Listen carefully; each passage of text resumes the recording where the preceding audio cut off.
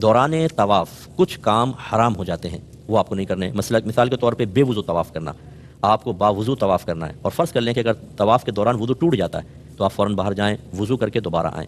اب آپ یہ دیکھ لیں کہ اگر آپ نے کم از کم 3 چکر پورے کر لیے تھے تو یا 4 چکر پورے کر لیے تھے اکثر حکم الکل کے تحت، تو پھر تو آپ آگے کنٹینیو رکھیں. لیکن 4 سے کم کیے تھے تو پھر نئے سرے سے آپ کو طواف اسٹارٹ کرنا چاہیے. لیکن بے وضو طواف کریں گے تو پھر اس کے اوپر جرمانہ عائد ہوگا، یہ اچھی طرح یاد رکھیں. اچھا، جو لوگ شرعی معذور ہوتے ہیں، جن کو بار بار قطرات آنے کے مسائل ہوتے ہیں، یا کسی بہن کو جیسے استحاضہ ہوتا ہے، بلیڈنگ ہوتی رہتی ہے مسلسل، تو ایسے لوگ جو ہیں وضو کریں اور طواف کریں. چونکہ ان کے ساتھ شرعی عذر ہے، آپ کا دوران طواف جو ہے وہ کوئی مسئلہ نہیں ہے، آپ اسی حالت میں طواف کر لیں، آپ کا کوئی مسئلہ نہیں ہوگا. لیکن جو لوگ جن کے ساتھ صحیح شرعی عذر نہیں ہے ان کو وضو کرنا لازم ہے. اس کے علاوہ دوسرے جو ہے کہ بڑی احتیاط چاہیے کہ حالت احرام میں ستر نہ کھل جائے. اب ہوتا یہ ہے کہ جو مرد حضرات ہوتے ہیں، یہ بعض اوقات خاص طور پہ جس کے پیٹ بڑا ہوتا ہے، وہ احرام پہنتا ہے تو وہ مرد کے لیے ناف کے سوراخ سے لے کر اور گھٹنوں کے نیچے تک کا حصہ بدن چھپانا فرض ہے. اب وہ ڈھلک جاتا ہے پیٹ سے، ناف سے نیچے تک کا حصہ نظر آ رہا ہوتا ہے، گناہ ہے. ایسے ہی جب ہم چلتے ہیں تو ذرا احتیاط کریں کہ ایسا احرام نہ پہن لیں کہ رانے کھلی ہوئی نظر آئیں، گھٹنے اور رانے.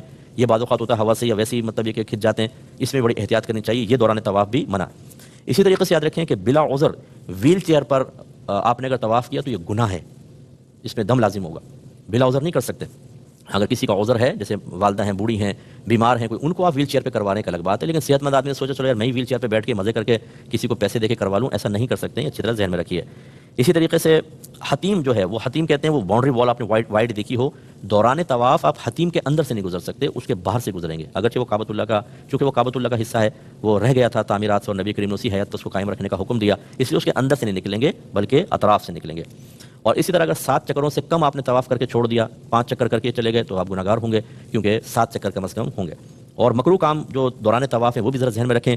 فضول گفتگو کرنا، خامخواہ باتیں تبصرہ، وہ دیکھ فلاں، وہ دیکھ چائنا والے، وہ ملائیشیا والے. ارے بھائی آپ اللہ کی بارگاہ میں کھڑے ہوئے ہیں، اللہ کی رحمت خصوصی طور پہ آپ کی طرف متوجہ، اس طرح کی فضول باتیں کرنے کا کیا فائدہ.